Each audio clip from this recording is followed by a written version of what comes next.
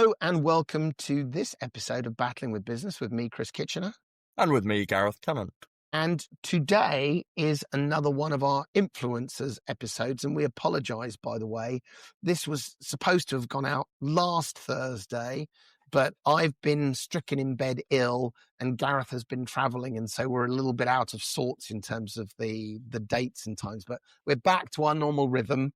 Next week, we'll go back to a normal episode of Battling with Business, and you've just missed, listener, half an hour of us discussing stuff passionately and doing that classic thing of saying we should have made this into an episode. So maybe we'll talk more about the future of military strategy in the UK next week. Anyway, let's get back to this. It's an influencers episode, and I was slightly nervous about this episode, or I am slightly nervous about this episode, because the topic is one, actually, I was going to say arguably I should know more about than you, but actually probably not. Gareth, who are we talking about today? Why did you pick them? What's interesting to you about this particular person? Yeah, so today we're doing Nelson, Admiral Lord Horatio Nelson. Why have I picked Nelson? Well, I think inevitably we have to do Nelson at some point as one of the influences. A bit like Churchill, one of the go-to British leaders when you talk about historical figures. Nelson is going to come up in the list of the top 10, isn't he? A really interesting character, or certainly a really interesting narrative around the character. Nelson, clearly a historical figure, and therefore we are only able to use written historical evidence because there's nobody alive today who could talk about Nelson firsthand. And because he was so important at a critical moment in British history, there is a huge sort of mythology and a huge legend around the character. Also really interesting is both of us have a maritime Royal Navy background of sorts. He is still lionised today in the Royal Navy. The headquarters of the Royal Navy is still in Portsmouth, and HMS Nelson is the largest naval base down there, and his name is referenced in huge amounts of contemporary Royal Navy activity. So he is still thrown out there as one of the revered leaders. But I think what's interesting is I don't know how much people, even within the Royal Navy, actually really imbibe the character and the lessons of Nelson, or how much of this is just one of those mythologies that we like to talk about. And it's probably a little bit like when we talked about Clausewitz. People want to sound clever when they quote Clausewitz, but then you talk about on war, not many people serving in the military today have actually read the book. Hence why, I think at the beginning of the episode on Clausewitz's On War, we said, we're going to talk about the book so that you don't have to, because I've read it. I think Nelson's a really interesting figure because he's so important in British history, and yet I don't think many people really know much about his life or his history. Well, you've summed up what my fear was, which was coming from the Royal Navy. And let's just remember HMS Victory, his flagship at the Battle of Trafalgar, is still a commissioned warship in the Royal Navy. So if you go down to Portsmouth Dockyard, you will see HMS Victory, and it is still flying a white ensign. And when Royal Navy warships sail past HMS Victory, they must salute HMS Victory. That in itself is a stunning statement in terms of a historical. She is the flagship of the Royal Navy. She is the flagship of the Royal Navy, although I don't know whether we're going to put vertical launch rocket systems in her yet, but absolutely. But that's so interesting that clearly she has that victory, and by definition, Nelson has that importance to the Royal Navy. And yet, as I went through Dartmouth, I don't remember talking about Nelson. In fact, I remember we had divisions in Dartmouth, and one of them was St. Vincent, and there were various others who were famous admirals or battles or whoever it might be, and Nelson really wasn't talked about. So my fear coming into this was I don't actually know that much about Nelson as well. And I was very much, as I did a little bit of studying, and by the way, I should say early on, I listened to a podcast. There's an excellent series. They've been doing it longer than we have. The Napoleonic Wars podcast, and Kate Jameson and Alexander, and I'm going to get his name wrong, Mikabadze. I apologize if you ever come across this, Alex, that I've screwed your name up. But anyway, they did a series of podcasts where they talked about Nelson's early life, going sort of through towards Trafalgar. That was excellent. And I borrowed heavily from the information they presented there. But it was really interesting to dig beneath that, understand why he is this figure, but also, and we'll come on to this later, is talk about the myth of the man. And I think this is really interesting more broadly about many of our influences, which is at what point does the myth almost overtake the man? And you said that brilliantly, Gareth, when you said, didn't really know much about Nelson, and yet Nelson's this mythical character. How on earth can that be that we know more about the myth? And we name these, there's Nelson's column, he was on Victory, Kiss Me Hardy, all this kind of stuff. And yet we don't really know what he was like as a tactician or as a strategist or as a leader or how he got there. So fascinating. Maybe a good way for us to start is almost at the end. And spoiler alert, the very end of this story is the Battle of Trafalgar, where we defeat the French. I'm sure we'll talk a little bit about that. But Gareth, why was that so important, a naval battle? It was off the coast of Spain. I think it's quite close to Cadiz is the nearest. It was the blockade of Cadiz, yeah. This defeat of the French was enormous in terms of shaping world history and world politics. Why was this defeat of a French fleet in a far-off place so important? So, like you say, it was off the coast of Cadiz. The point Trafalgar is a little, almost peninsula, in between, about halfway between Cadiz and Gibraltar. So it's at a strategic choke point, and the Nelson had been tasked with enforcing the blockade to keep the French fleet from going to sea. And they've been doing that for several months. And then the French tried to slip out. And it was important because it was it was in the middle of the Peninsular Wars. So this is the expansion of Napoleon post the French Revolution. Napoleon as this expansionist dictator.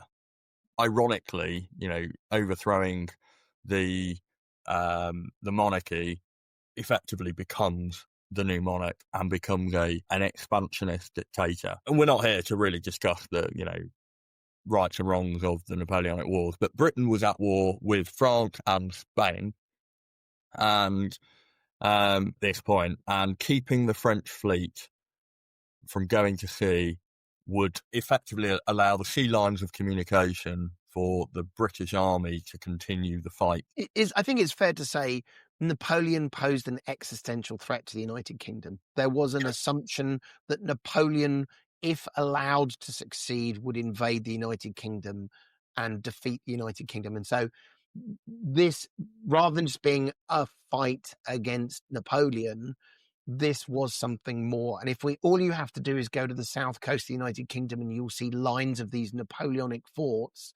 Enormous amounts of money, manpower, and focus was set around protecting the United Kingdom from what they believed, I think rightly, as an existential threat. So this battle, though far away, I think was a very important battle in terms of protecting, as you say, the supply lines, but also an opportunity to strategically change the direction of Napoleon. In a different way of saying it, the defeat of the French forces at Trafalgar effectively, I have to say that very carefully in inverted commas because there'll be experts who know better than me, signaled to the United Kingdom that Napoleon was no longer the same threat as he had been. We could defeat them at sea, had defeated them at sea, and it would not only take a long time for them to recover, but by doing so, the United Kingdom was broadly protected because of it. I think that's the broad strategic picture. I think you're right. I think, from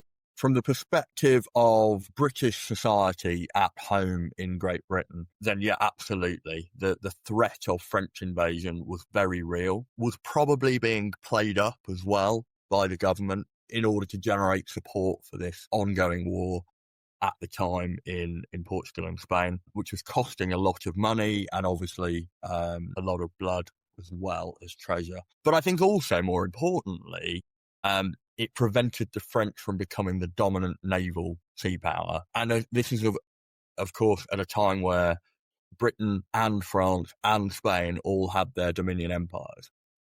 So by maintaining control of the sea, it also meant that the empire was secure. And the reason why I raised this, rather than this being a Napoleonic lesson, which I know next to nothing about, the reason why I bring that up is I think it is obvious that someone who has such an impact on that strategic narrative, by definition, kind of has to be a hero. And I think that so many of our influencers that we have talked about, well, many of them have become because they were there at pivotal moments, whether it be Montgomery or whoever these people might be.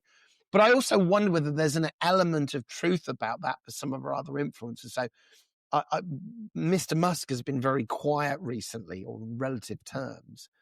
And I was just thinking as you were talking about this, and I was sort of considering this idea of, is it the moment that makes the influencer, or the influencer that makes the moment?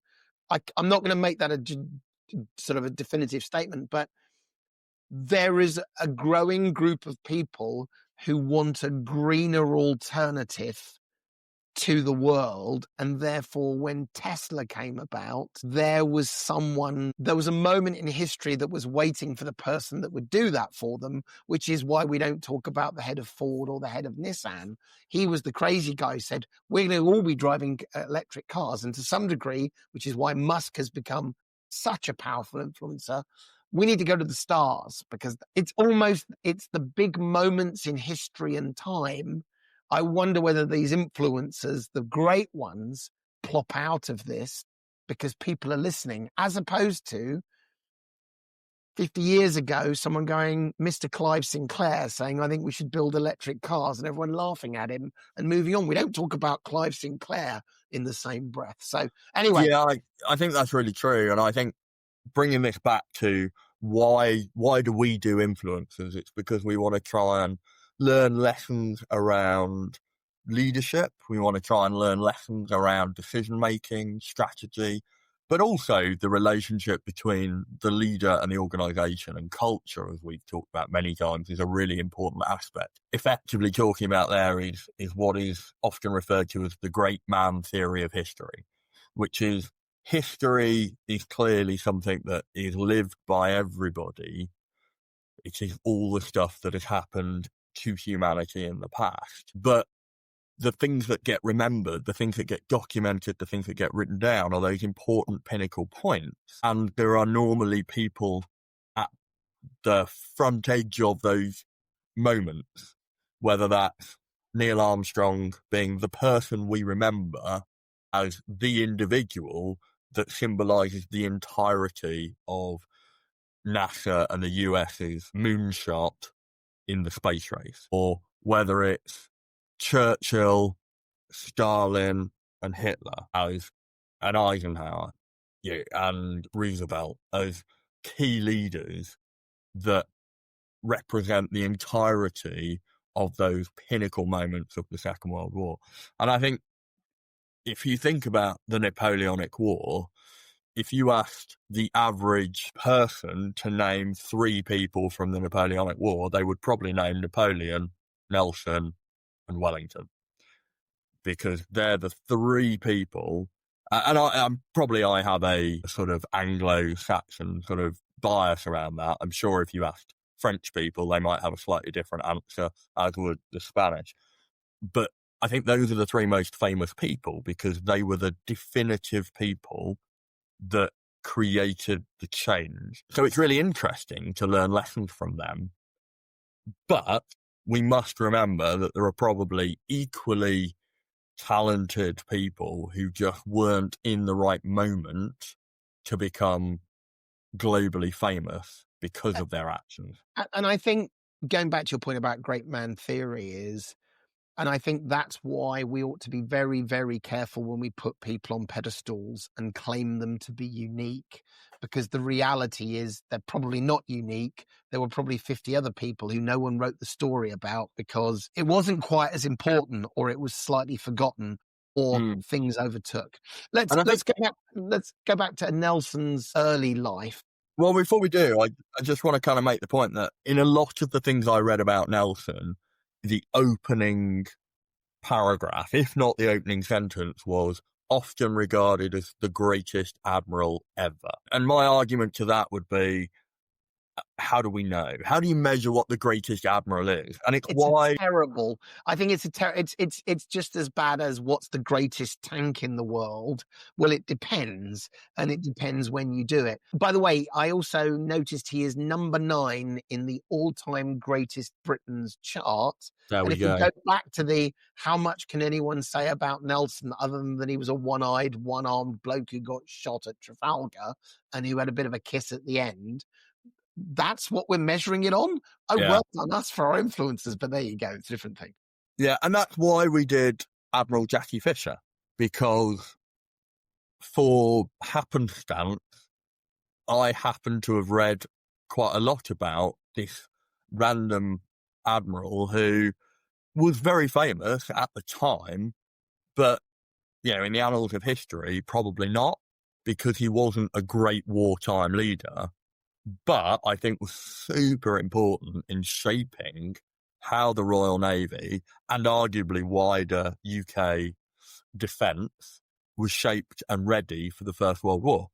He's not remembered as a great First World War leader because he pretty much, and we go and listen to the episode because he was still around during the First World War, but had kind of finished and retired mostly by that point. But really important in shaping, really important in setting the culture, really important in modernising the Royal Navy. It is really important that we do these great leaders, the great man theory of history, and that includes great women, of course. It's just known as the great man theory because the theory was coined in a previous age. But it is also really important that we delve into the not so famous but equally influential people. Well, and possibly the point is seeing the similarities. I always get nervous when we look at these and we look at these great people and say, how could we be like them?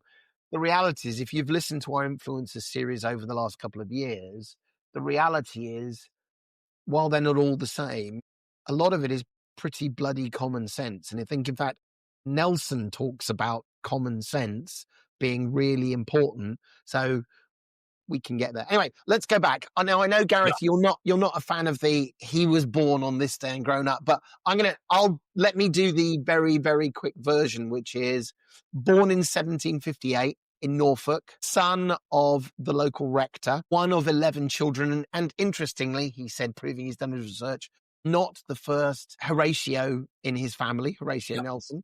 He had a brother who passed away at a very young age. Humble, poor beginning, but his godfather was Lord Walpole, who I believe was a very, very important, prime minister. And so there was an element of a connected family. His godfather was the cousin of the prime minister. Oh, sorry, I misread that. Yeah. I don't think it matters too much. I think he was connected. He was connected. And I think, again, a lot of what I've read is, self-made man from humble beginnings.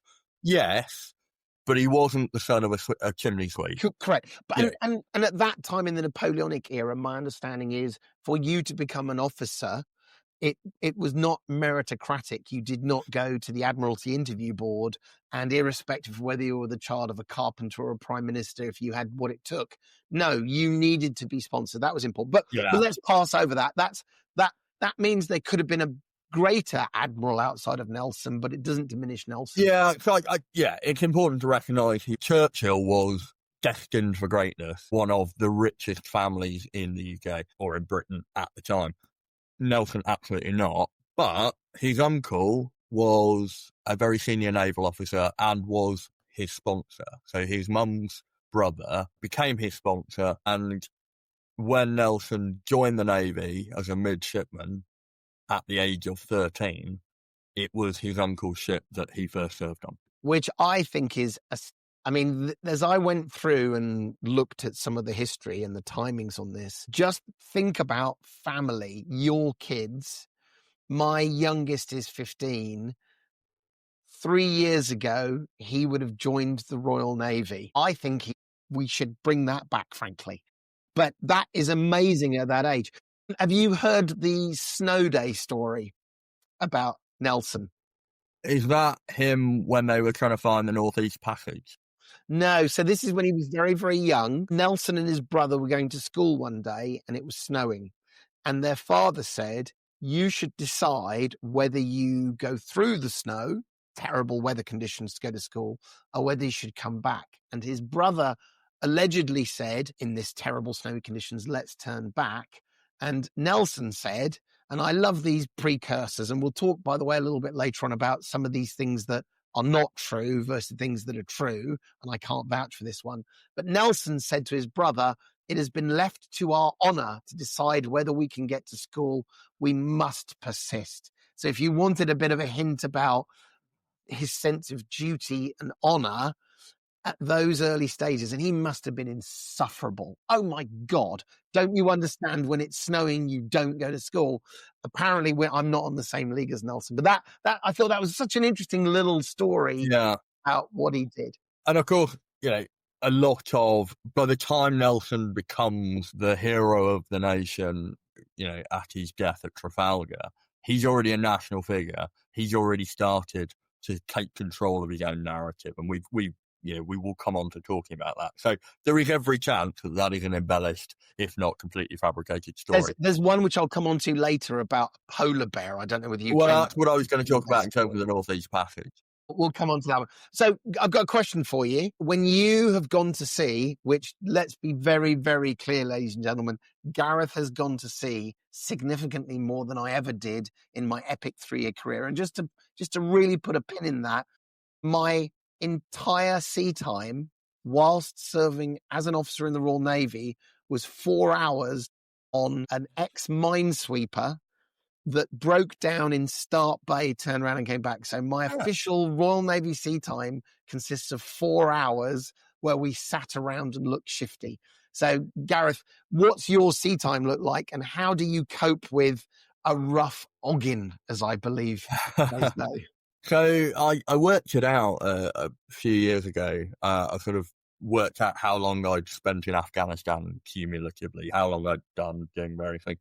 And I can't remember the exact figure, but I think it was somewhere close to 2 years I've spent at sea on various Royal Navy ships. And I'm really fortunate because as a Royal Marine, I've spent the most of my career looking at operations in the land environment, albeit amphibious, the littoral, where the sea meets the land, running up beaches and all that kind of good stuff. But I was really lucky that for a period of my career, I served as a team leader doing counter-piracy and counter-terrorism operations. And we did a whole episode. So go back and look at that, small team leadership, what you can learn by fighting pirates, which I think is episode number 8. But we released it recently as well. It's out there. And as such, I was a member of the ship's company. I was an officer in the wardroom on a Royal Navy ship, on several, in fact. And so I have, some experience of serving in the contemporary Royal Navy. And whilst I didn't join at the age of 13, and I certainly wasn't sleeping in hammocks, and it's a very different Navy, there is definitely some aspects in terms of the way that a ship is organised that are probably very, very similar. So there is the captain. The captain has his own cabin. There is the wardroom where the officers meet and socialise. There are all the decks on the ship, and they're basically referred to in a very similar way to the way they would have been in Nelson's day. Obviously, the technology has changed. The materials have changed. The day-to-day jobs have changed. But the structure is a derivation of Nelsonian Navy. Most important question, did you get seasick? I didn't. Honestly, 4 hours in Start Bay was enough for me. I didn't get seasick. I'm very fortunate that I don't suffer from motion sickness at all, really. But that was actually quite uncommon. Most people, at least at the beginning of their careers, got seasick. Most people, I want to say most, the majority, it's probably 60, 70%, will have seasickness and then they will get used to it after a few days or a few weeks. There are those unfortunate individuals who never get used to it and therefore suffer from seasickness for their entire lives. And for those people, a career in the Navy is not necessarily the best idea. Guess who one of those people was? I was about to say that was a beautiful build-up. Of course, Nelson had lifelong seasickness. And I love this, that it was used as a PR angle where people said there was nothing but his love of duty that kept him at sea. Again, I don't know whether that's true or not, whether he got better, but there is, throughout the things that I was looking at, there was a genuine sense of duty. There was a genuine sense of love of country, love of shipmates and the team and the group that he was operating in. So this idea that he hated sailing or he was seasick, he hated that piece, and yet carried on. I don't want to say, doesn't that make him great? But it actually does add to the picture of this is a person who, despite that, who would have said, sod this for a game of soldier. I'm going to go on, I'm going to join the army. No, join the Navy. Anyway, so he's joined the Navy. Well, it's worth, as you said, what I don't want this to be is just a potted history of Nelson, because there are far better podcasts out there for that. And there are lots of books and lots of resources. So it's probably just worth very quickly setting the context of the Navy that Nelson joined, and more broadly, the context of the world in which that Navy sat, before we then move on to starting to look at some of his traits. And tell you what, should we do that after the break? Because I know we're coming up to about halfway through. So why don't we take a very, very quick break, and then Gareth will come back and give us that context, and then we'll take a potted trot through his history. As you say, we're not going to fight every battle, but I want to get on to sort of then some of these ideas about him as a tactician, maybe talk a bit about the Nelson touch that people talk about, and then talk about sort of this myth of leadership. So we'll come back right after this, and we will get back into the world of Admiral Horatio Nelson.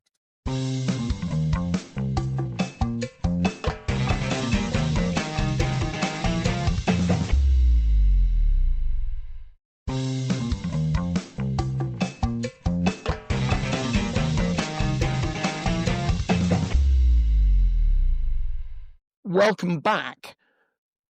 Bit of a slow trot into the world of Nelson, but we have a slight difference of research here. Mine said 12 when he joined, and yours says he's 13. Let's just be clear, outrageously young when he joins the Royal Navy. He's joining the Royal Navy. Britain has this great maritime history, but beyond that, Gareth, what's the context? So we've kind of talked about why Trafalgar itself was important. The 18th to 19th century world that the Royal Navy sits within is one where sea power is vitally important, because there's no aircraft, there's no global communications. So the only way you can do trade, the only way you can move military capability around the world, and the only way that you can do diplomacy is by sea lines of communication, by sailing around the world. So it is vital to the global trade system. And as such, it's also vital to the maintenance of the empires of Europe. The big empires of Europe are owned by four nations: the British, with the largest and most expansive empire, the French, the Spanish, and the Dutch.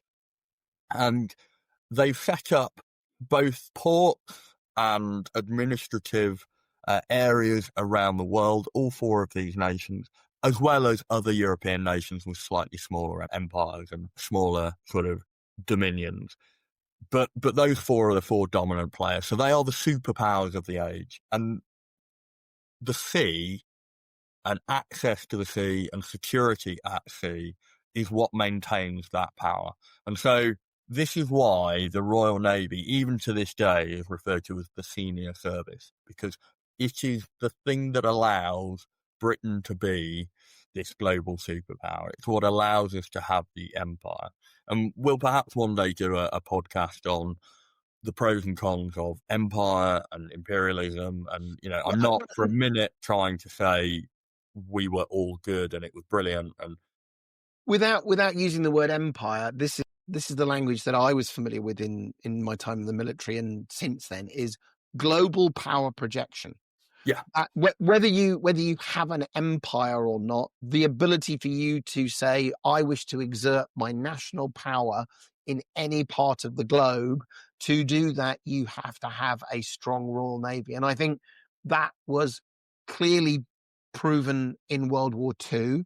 And even though the numbers look very different, arguably that is also still true today. So power projection was the name of the game then, and arguably now for the Royal Navy. Yeah, absolutely. More so then, though, because global trade happened almost in entirety over the sea. There weren't subsea cables with all the banking data. Everything happened on ledgers that were, in wax-sealed leather pouches. But also, the global power competition was taking place at sea. It was about the choke points. To be an officer in the Royal Navy was seen as a incredibly important privilege, but also a really important responsibility for securing and ensuring the security of the British economy. The period that Nelson is in the Navy is a period where there are lots and lots of minor wars around the globe, small clashes with nations that we are trying to subjugate as part of the empire, nations that are rebelling, the American War of Independence. So all of these things, and again, this is not for me to judge whether we were on the right or wrong side of history. That's a completely different podcast. But just to make the point that this is a Navy that is incredibly active. They're doing stuff from the high north up in the Arctic, right down to the Antarctic, as far east as China, and as far west as the Americas. A global Navy, a global power, but also in competition with the French and the Spanish, who are also global navies and global powers. So Nelson joins at a time where it's boom or bust for the Navy. There are these wars that are taking place, and then there are victories or peace negotiations, and then suddenly the Navy has far less to do. And so the way that the Navy deals with this is that whilst you are on active service, you are given a full salary, you are billeted on board a ship. If you are the commander, then you command your ship. Then as soon as the requirement drops off, you get half pay and are effectively put into the reserve, which means you can be called upon for active duty, but you don't really have a day-to-day job. And this happened quite a lot. And so there are periods in Nelson's life where he's literally, his job is trying to find a command so that he can get back to full service because he's on half pay and got nothing to do. And the only way that you can build a career is by taking command, by doing well, and therefore being recommended for further promotion and advancement. And he is a man that is trying hard to be successful. He is driven and motivated to build a career and to do as much as he possibly can. And I think one of the important things is we've talked quite a lot already about this idea that he controls his own narrative. That is very true, and we can explore that a little bit more. And he certainly was an actor in his own destiny, writing his own profiles, making sure that his reputation is upheld. And there are some flaws to his character that I'm sure we'll get through. But he is also a man who deserves the reputation that he's got. He throws himself into everything he does, both intellectually and physically. And so as an officer in the Royal Navy, he has a distinguished career that goes from midshipman at the age of 12, 13, all the way through to Trafalgar, where he is the fleet commander, that is littered with these moments where he shows ingenuity, brilliance, courage, intelligence, emotional intelligence. And he builds this career not just on convincing people that he is capable, but by physically demonstrating that he is a capable and more capable than his peers. I think that's a really important point, which is whenever you're trying to unpick the myth from the man, that can often be very difficult. Life at sea is very close and personal. And this is true in organizations. In fact, we talked to Waitman Bourne actually a while ago now. We talked about small units, and you've talked about small units. In your small unit, if you were a terrible leader, everyone would know about it. And if everyone knew about it, even outside of your circle, people would get to know about it. It's a small world. So on board ship, if he wasn't a good officer, if he didn't look after the men, people would know about it. And yet, the point about Trafalgar is the men throughout the fleet absolutely loved him. And this starts at an early age as well. So there is, even though I think there's almost this shell of mythology around him, if you pierce through the shell and try and touch on some reality, you start to see some of the things that we have talked about in the past with others. This was something that, again, from the podcast Kate did, as a younger midshipman, he was described as ambitious, florid, confident, and eager. He was popular with shipmates, so he worked hard, he knew his job. Interesting one, rarely disciplined. He learned quickly, he loved boat work, and he acted as a pilot. He was very emotional, and he lavishly praised those he admired. So for him to get to this place where people loved him and followed him and were willing to do these things, even if we don't have sort of video or audio of him doing these things, that was clearly there. We're going to have to dive in. This is the story of HMS Carcass in 1773, and this is the story of the polar bear. So, Gareth, what did he do? God damn it, what did Nelson do? So, the Navy had charged this ship to go and find a route to the East Indies, so the Indian subcontinent and Southeast Asia, by going through the Arctic and trying to find a shortcut so that you don't have to go all the way around the southern Horn of Africa to get to the East Indies. It would have saved the British economy, a lot of money. So there was this desperate attempt to try and find a passage through the Arctic. But of course, the Arctic, big frozen ocean, lots of danger, lots of icebergs, and it was really, really difficult to do. And the ship gets frozen, it gets stuck trying to navigate through these gaps in the ice, and it gets stuck, and Nelson apparently identifies or spots a polar bear and leads a charge to go and hunt down the polar bear until he is ordered to stop and return to the ship. And when asked what he was doing, he simply replied that he wanted to kill the polar bear to keep its skin to take home as a gift for his father.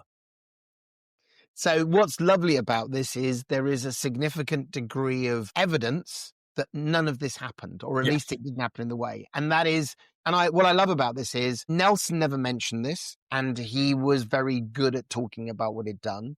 There was no evidence, in fact, that the story that was put about was he killed the bear with the butt of a musket. In other words, he got in close and beat a bear to death, which, by the way, in the Royal Navy, as a story, is a winner. If you sit there in the mess and tell people, if there I was on the snow with this bear, me and him, they'd have loved it. Actually, the dramatic version of this was a Victorian myth that was made about this 14-year-old midshipman that was destined for the future. And what I love about that is, A, that it was believable, because actually you could imagine he might have done this, even though he probably didn't. But it is this idea of we love turning our heroes into mythical heroes. And so I like this and maybe this is a failing. Throughout my life, I've been introduced to people and I've been told, this person is the most amazing person you will ever meet. They are oh my God, they're 100 times cleverer than us. And I realized the danger of this as I've gone through life. And actually, I've realized pretty sure he goes to the toilet like I do, and he pulls his trousers up like I do. I don't get me wrong, I am not the cleverest person, and there are other people way cleverer than me, but the danger of putting people onto pedestals, why do we do that? Well, we do it for all sorts of interesting and weird reasons. And the idea that Nelson was this hero, and so that allegedly the story is he got there, saw this polar bear and thought, sod that for a game of soldiers, and quite rightly ran away because it's a polar bear. That seems like a reality, but of course we have to turn it around. Well, yeah, I think it's interesting, and the point you make about him, he doesn't really talk about this. Certainly, there's no evidence that he wrote it down, which is interesting because he does a lot of self-promotion. But I think the fact that he did do things like that, the fact that he also did a lot of self-promotion, means that it's not inconceivable, and so there's a kind of a fulfilling prophecy here that if you are the kind of person who does the deed and you tell people about it, and then there's a rumor that you've done something similar, then it's believable. He was a master at personal branding, so he would put himself forward and do daring things. He would, in fact, one of the things he did at, I think it was the Battle of Cape St. Vincent, but it might not have been. It was Battle of Cape St. Vincent, if it's what I think you're going to talk about. He ends up finding himself broadside alongside a Spanish ship of the line and leads the charge onto the ship, crying out something, I'm paraphrasing, but it's something similar to, it's Westminster Abbey or glory.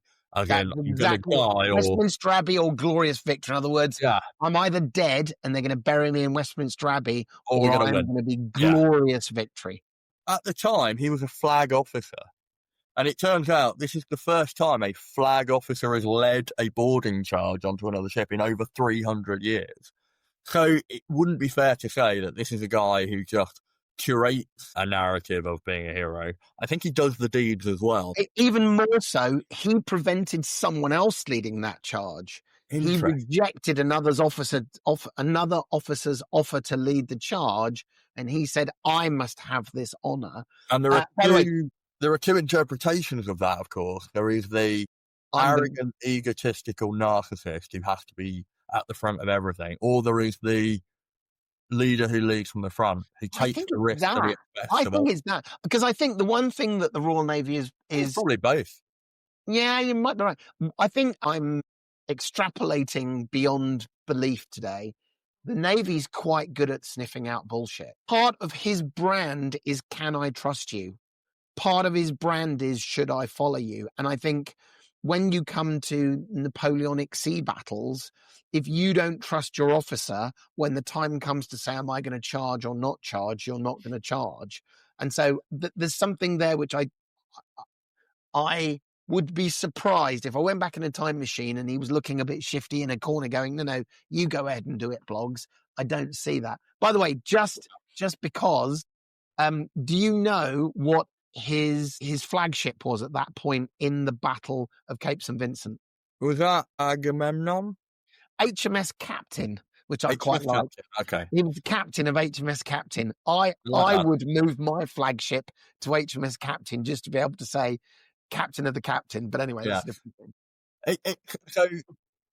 It's interesting. He does these things. He leads charges ashore to go and take on forts. He ends up fighting alongside the army in Toulouse, I think, at one point. Lots and lots of sort of really interesting stories. These obviously get written in dispatches back to the Admiralty as official reports. He also writes letters of his exploits as well as the wider stories of what have happened. And he sends them to family and friends, some of which are in the Admiralty.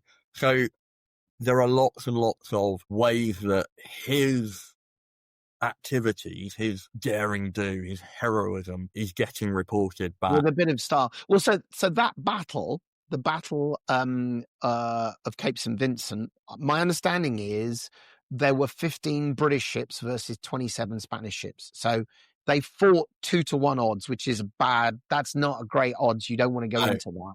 So that was a huge victory. And to your point, in Admiral Jervis's, who was his boss, his official dispatch didn't really talk a lot about Nelson, who had fought bravely. And so, to your point, things he did. And do you know why he didn't talk about Nelson in the official dispatch? No, I haven't come across that. So the reason that in the official dispatch he doesn't talk about Nelson, the first flag officer in 300 years to successfully lead a charge, is because Nelson directly disobeyed orders. Yes. But because he was successful and because Jervis liked him and thought he was a good and capable officer and probably had reconciled himself with the fact that he disobeyed orders for the right reasons, he didn't want to highlight it. So he admits talking about Nelson.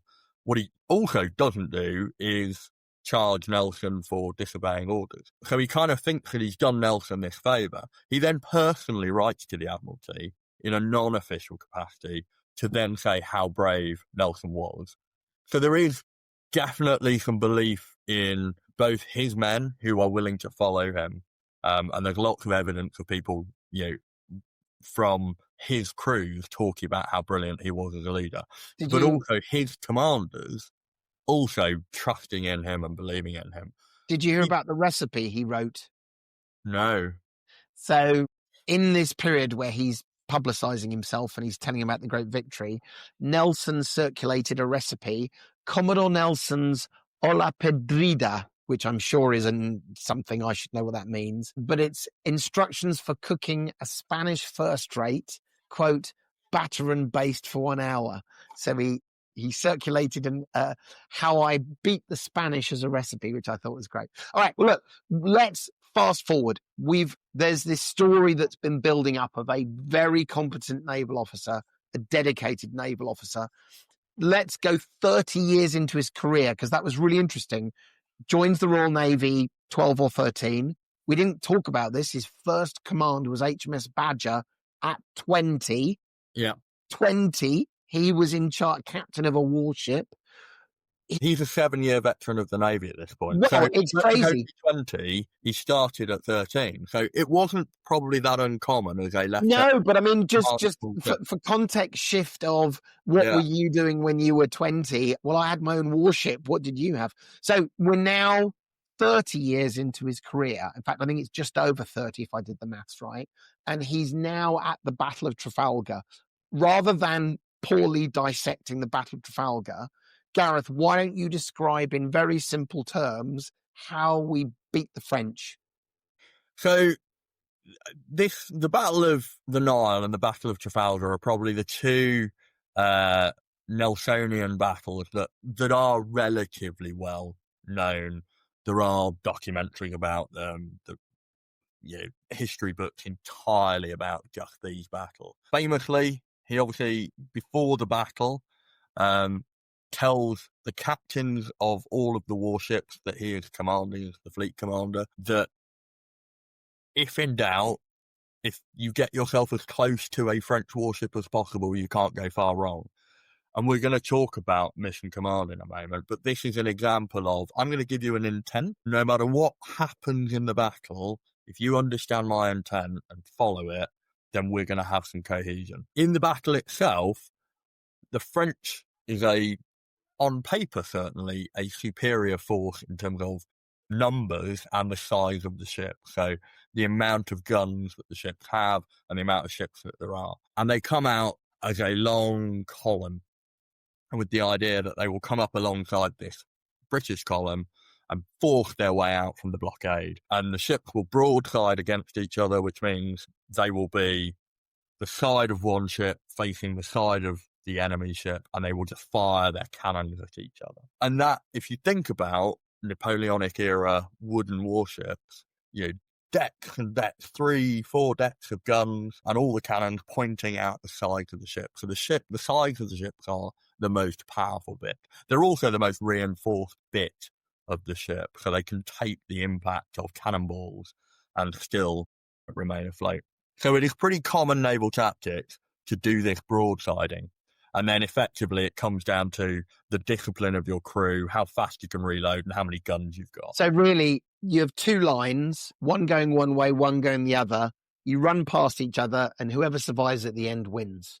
Yeah, and it comes down to discipline of crew, firepower, drills, like how good are you at reloading and refiring, and then seamanship, because you know, in amongst all of that, you've got to keep control of your ships, not crash into the ships in front of you, as ships with their masts get destroyed. So seamanship becomes really important, and what you want to try and do is line your line up so that you have the most favourable wind conditions, so the enemy coming the other way are at a disadvantage. Nelson goes, nah, we're not doing any of that.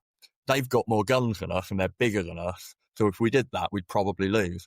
So instead, he T-bones the French column and quite famously barges through the middle, doing what we would call now defilade fire onto their enfilade position, which is a very posh, pretentious way of saying doing a broadside with the sides of your ship into the ends of the columns of the French ships. But of course, to do that, you're taking great risk, because as you are ploughing towards them, they have the opportunity to defilade fire onto your enfilade position. They get to broadside onto you as you approach them. But through courage and discipline of the Royal Navy, they smash through the French line and effectively split it into two columns.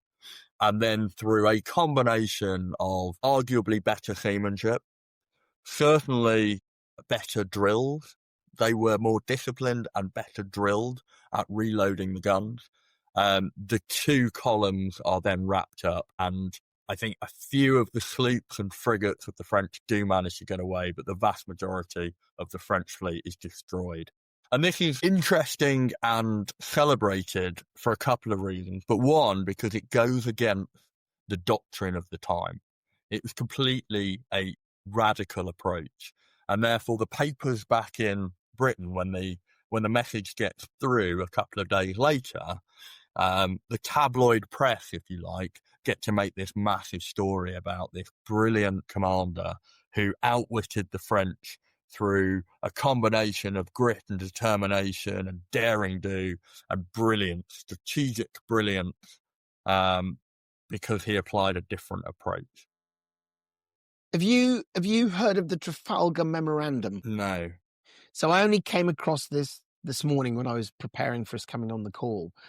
So going back to your point, and we must talk about mission command because that is an incredibly important part of this. What was interesting, though, was that the attack was not an off-the-cuff decision.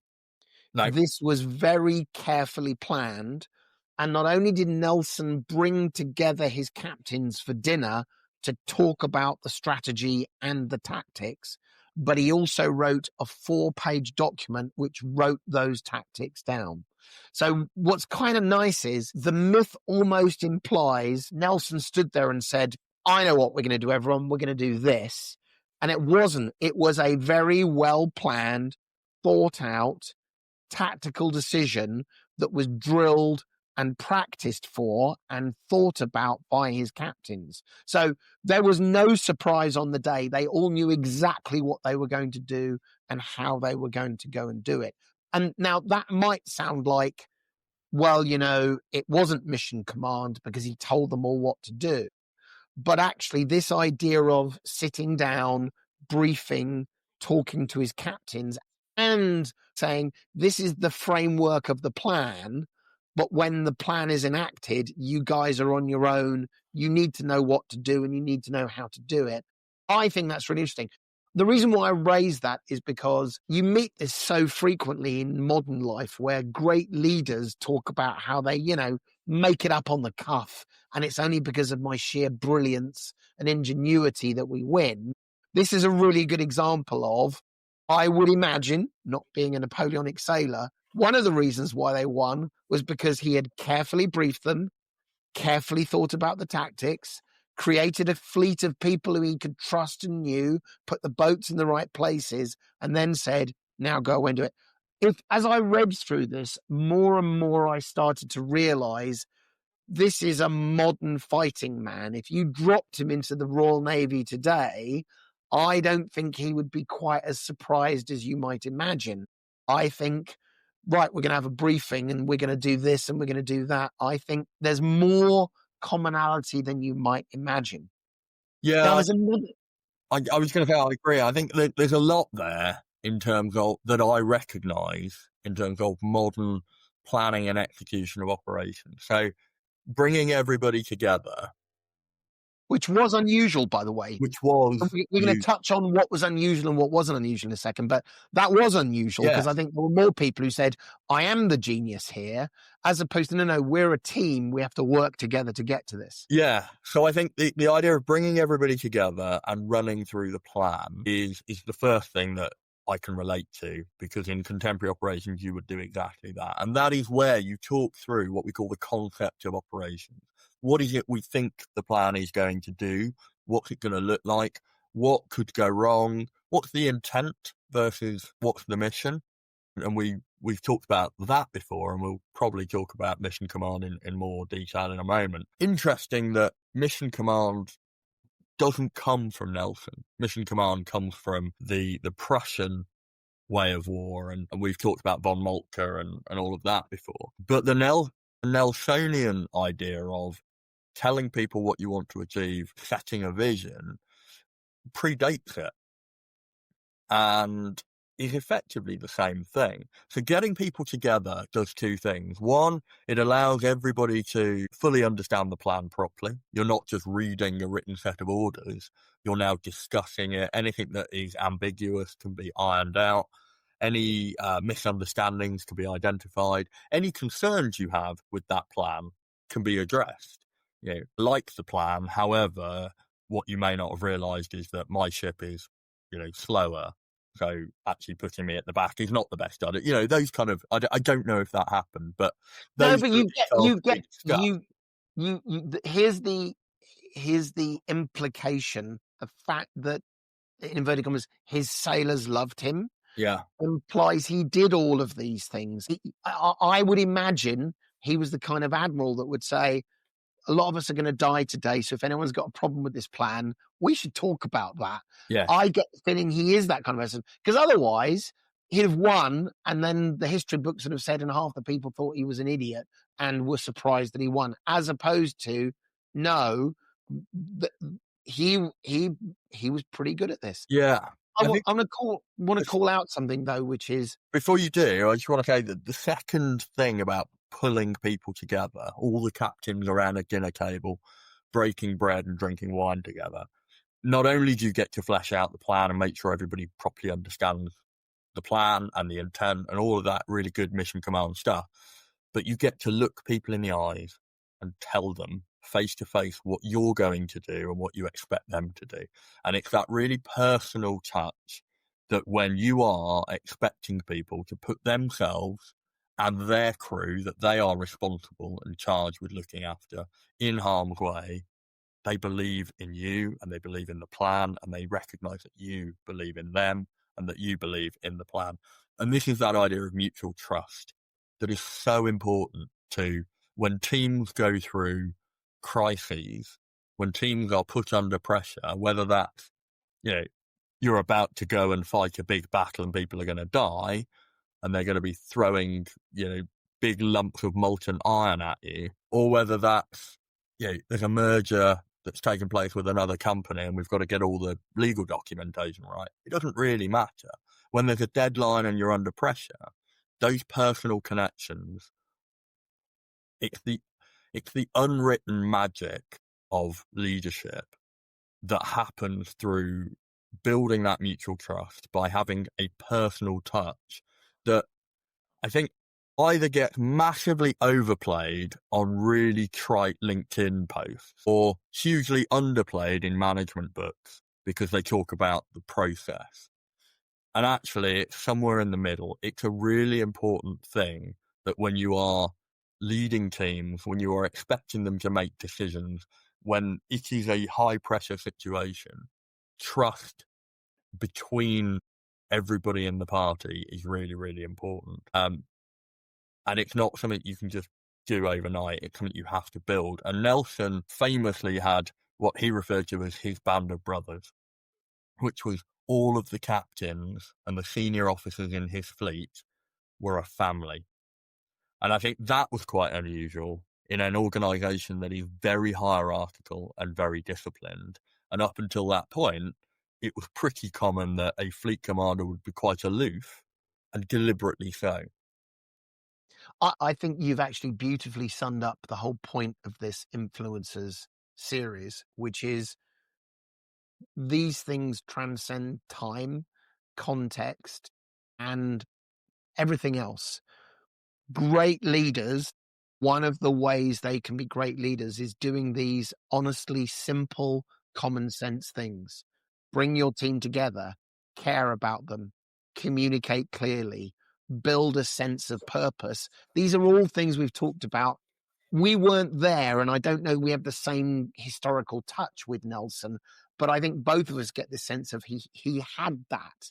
People went to fight for Nelson and loved Nelson and would put themselves in danger because they believed what he was fighting for was worthwhile. And that, while on board a ship off Cadiz, is important today, whether you are a military unit in Lithuania defending against the possible Russian hordes, or whether you are in a business where you are 10 people who are running a data center to keep a business alive.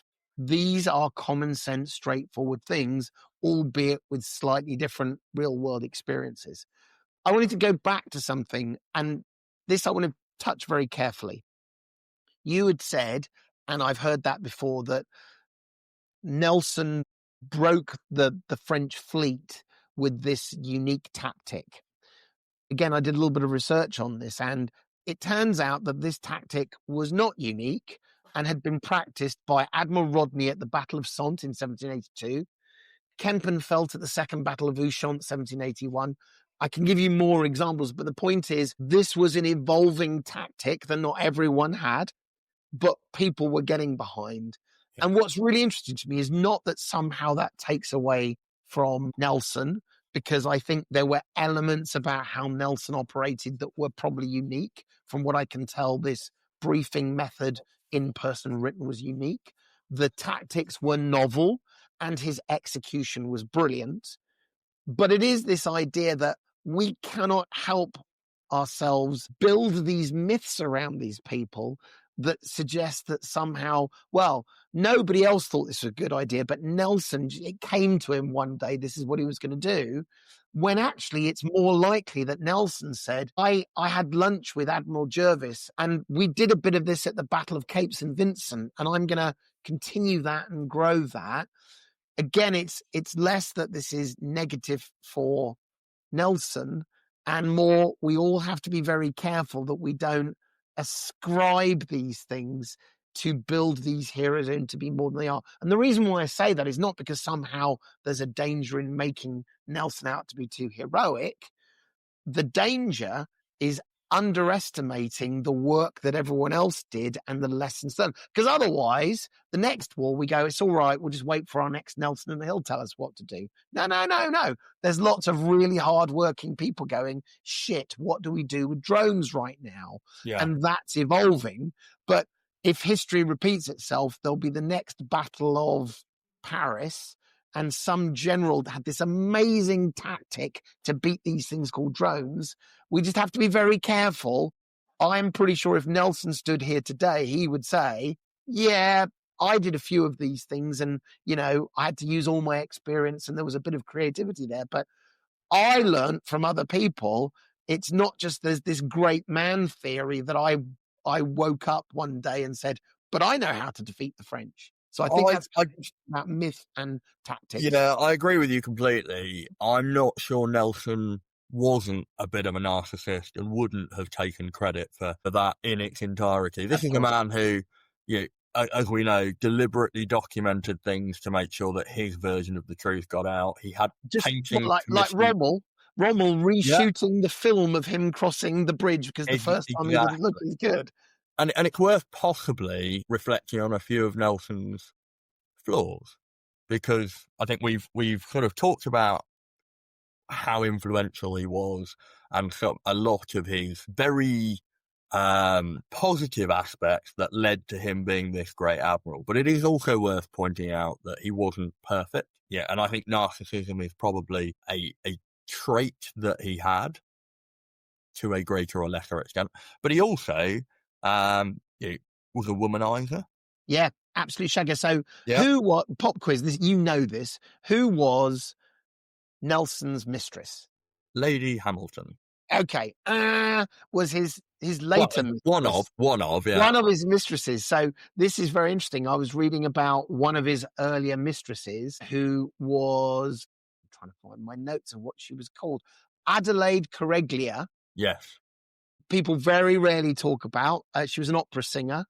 This didn't come from him, but it came from someone's diary. She was referred to as Nelson Dolly because there are no secrets in the Navy. Everyone knows. They shared a house. They dined with other officers. And at this time, he was married to Fanny Nelson. And so this was pretty bad. Later, Nelson burns letters to Adelaide. So little evidence remains. And the quote I saw was, everyone in the fleet knew, but nobody told Fanny. And actually, it's omitted because, again, we want our heroes to be perfect rather than imperfect. Yeah. But yeah, so he was a womanizer. Shagger Nelson, as I suspect his nickname would have been in the fleet. Yeah, absolutely. Another, I guess, controversial aspect to Nelson was he was pro-slavery. Well, but was he? Yes. Yes, he was. He wasn't necessarily racist. Well, but that's interesting. So we obviously have slightly different research on this. So there was a letter which he wrote in which was published in 1807, which talked about, which implied very strongly he was pro-slavery. But apparently research is suggesting that it wasn't in his handwriting, it wasn't his signature, and the text had been manipulated. Yeah, so the context of this is after his death, and this is at the height of the Wilberforce abolition of slavery debate in the Britain, where Wilberforce his argument states that, as a good Christian nation, this is a blot on our character and slavery is abhorrent, which is clearly the right side of history, and that is our view today. Other side of the argument is that this is sort of not the Christian view, and that slavery is part of the empire and it's part of the normal order of things. And this was a very real debate at the time. You're right. After his death, a letter that he'd written was manipulated and was used to infer that Nelson was a deeply xenophobic, pro-slavery advocate.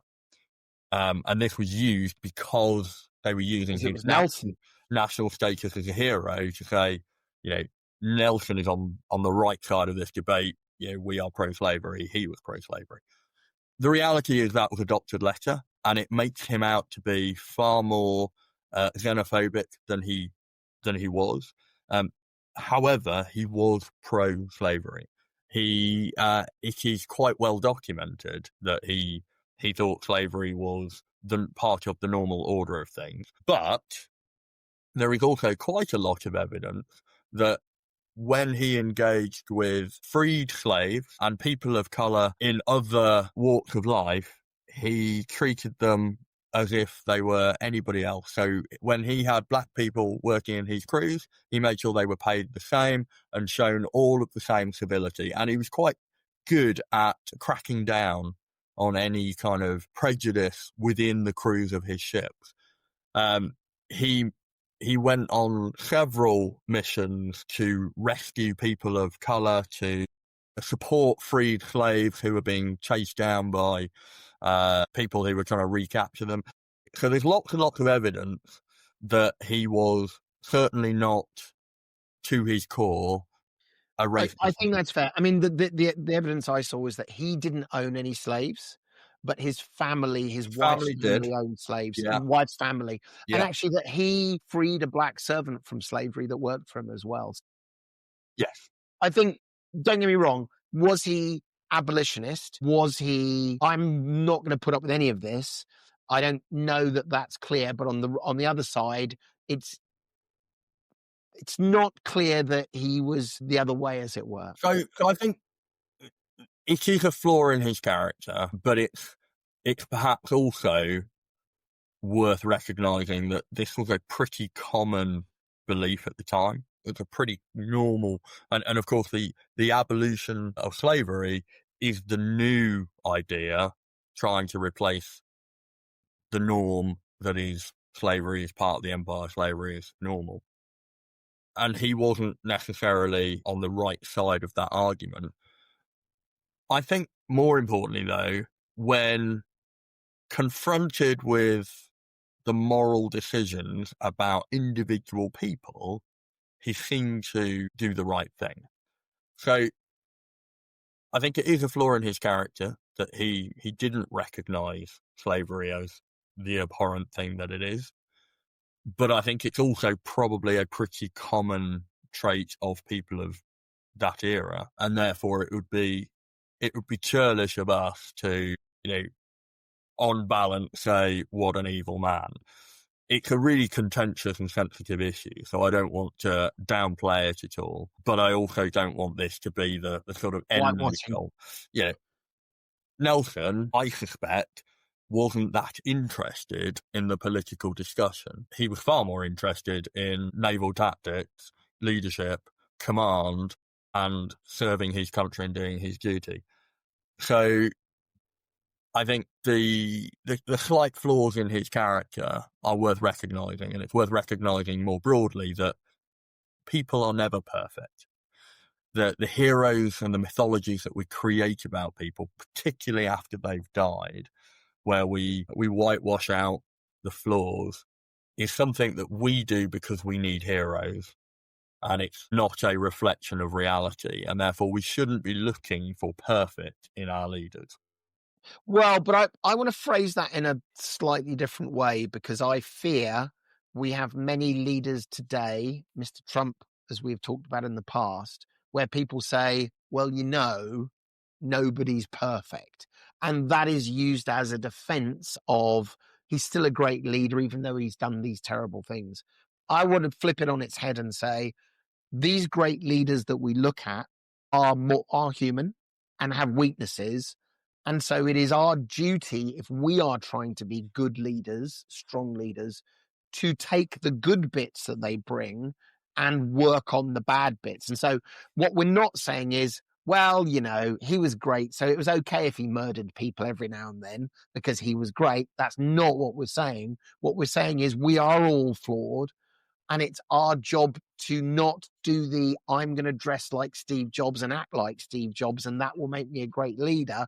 As we've said in the past, he did many great things, but he did a bunch of dick things. And the important thing is we're all better than doing the dick things as well as the great things. Yeah, I'm very well said. And I think, if we're taking lessons, it's about replicating the good behaviours and learning rather. Yeah, absolutely. I think what is interesting, though, and this is a point of contention in the history and the interpretation of Nelson, is we talked about the boarding that he ran at the Battle of St. Vincent. And I said, well, that could be interpreted as, the narcissist who needs to be at the front and needs to be the centre of attention.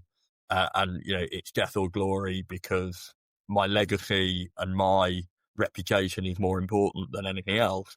Or it could be interpreted as, the great leader who puts himself in harm's way to inspire the men.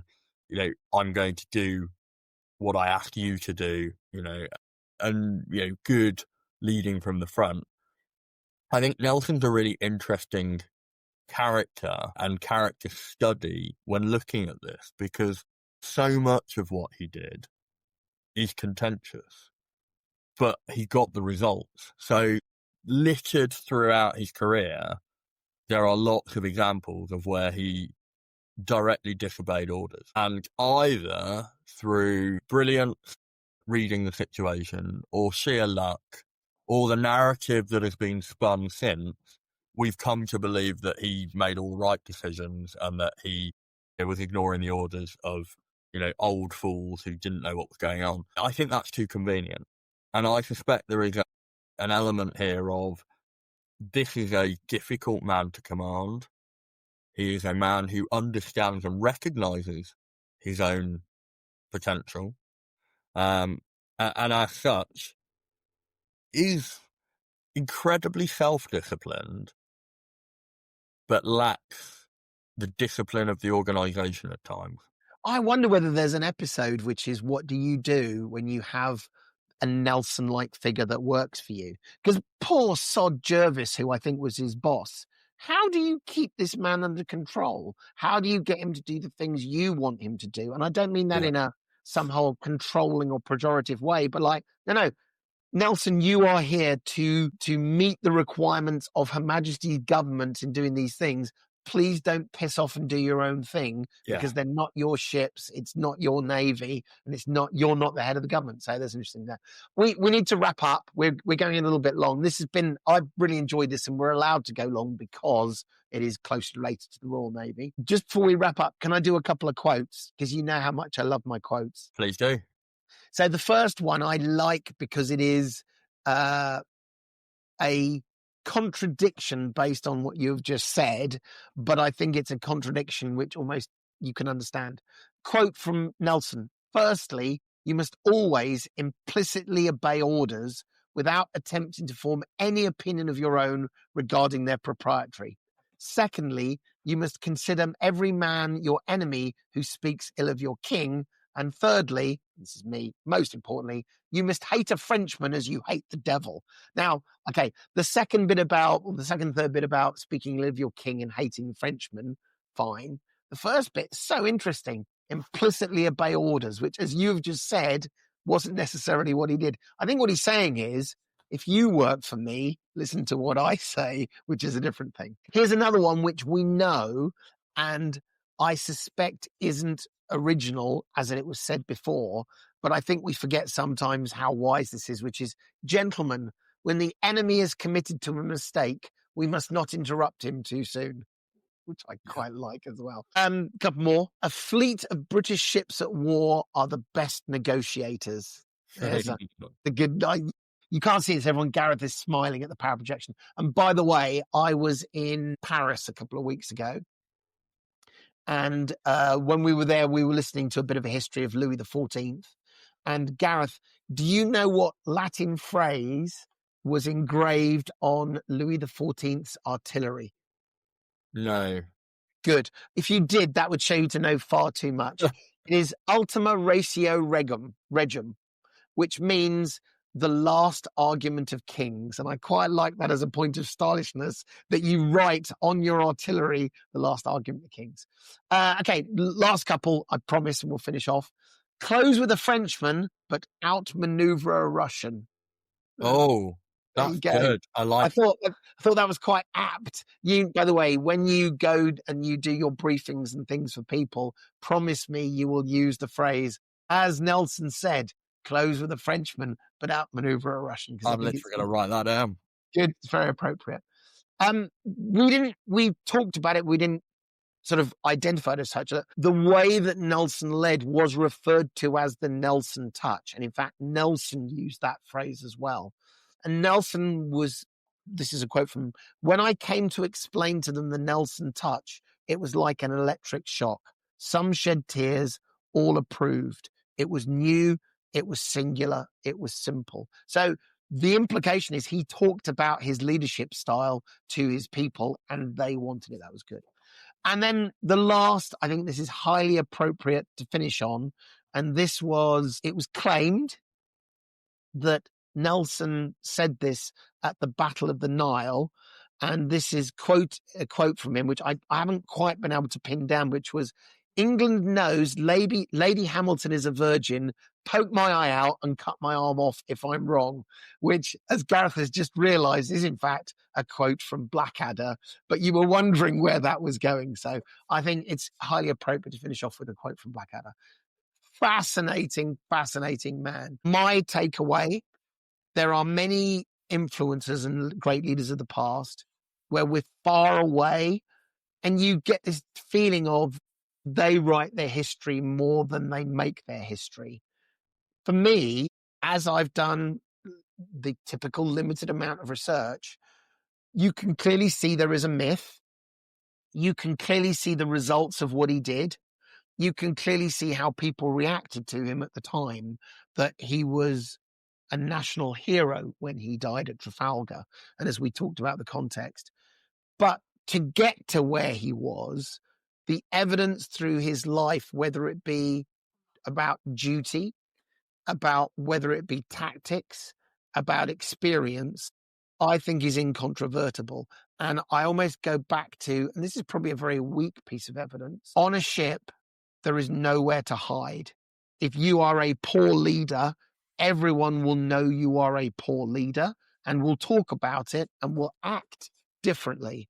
When you are a strong leader, when you care about your men, when you have good tactics, when you've proven yourself in battle, when you care about your men as much as you do about yourself, to get to the Battle of Trafalgar, I get the sense this really was quite a special man who was very good at what he did, was novel in his thinking, who brought ideas that we think are very modern today, and perhaps he couched them in different ways, and also someone who truly hated the French, because I think that's true as well.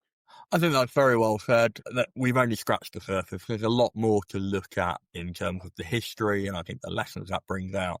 But I'm also reading through the history of Nelson. I'm taken at how many other admirals I know the names of, because there's a building or a ship or an establishment named after them. But I don't know the details, I don't know the history, I don't know their exploits, I don't know the lessons we can learn. So, yeah, just off the top of my head, Hood, Cornwallis, Collingwood, Hardy, these are all people that I know of, but I don't know why.